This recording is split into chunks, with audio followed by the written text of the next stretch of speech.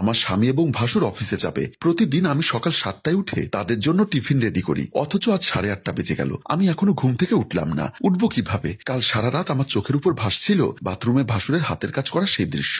আমাকে চুপচাপ বসে থাকতে দেখে শাশুড়িমা বলল, বৌমা, তোমার যদি বেশি খারাপ লাগে তাহলে তুমি ঘুমোও, আমি সাইফুলকে আর বাবুকে নাস্তা রেডি করে দিচ্ছি। আমি শাশুড়িমাকে থামিয়ে দিয়ে বললাম, না মা, আপনার কষ্ট করে রান্নাঘরে যেতে হবে না, আমিই ব্যবস্থা করে দিচ্ছি। বলেই আমি তাড়াহুড়ো করে খাট থেকে নেমে কিচেন রুমের দিকে চলে গেলাম। এর মধ্যে আমার স্বামী সাইফুল অফিসে যাওয়ার জন্য তৈরি হয়ে ডাইনিং টেবিলে বসে আছে। আমার ভাসুর তো আগে থেকেই বসেছিল। আমি যত দ্রুত সম্ভব নাস্তা রেডি করে ওনাদের সামনে এনে দিলাম। আমার ভাসুরকে দেখলাম তাড়াহুড়ো করে নাস্তা করতে। এই মানুষটা সারা জীবন ক্যারিয়ার করে নাকি আর বিয়ে শাদী করেননি। এমন নয় যে ওনার বিয়ের বয়স একেবারে পার হয়ে গেছে। দেখতে শুনতে এখনো মাশাআল্লাহ অতটা খারাপ না, কিন্তু আমি এতদিন ধরে চিন্তা করতাম উনি বিয়ে করছে না কেন। গতকাল রাতেই বিষয়টি আমার নজরে এসেছে। ওনার চেহারা দেখলে কেউ বিশ্বাস করবে না উনি এই কাজটি করতে পারেন। আবার ওনার দোষ দিয়েও লাভ কি? বয়সের তাড়নায় সঙ্গিনীর অভাবে হয়তো উনি এমনটি করেছেন। তাই আমি চিন্তা করলাম ওনারা নাস্তা করে চলে গেলে আমার শাশুড়ি যখন নাস্তা করতে আসবে তখন আমার শাশুড়িকে ভাসুরের বিয়ের ব্যাপারে চাপ দিব। আমি যখন কথাগুলো ভাবছিলাম ততক্ষণে দেখলাম আমার ভাসুর এবং স্বামীর নাস্তা খাওয়া শেষ।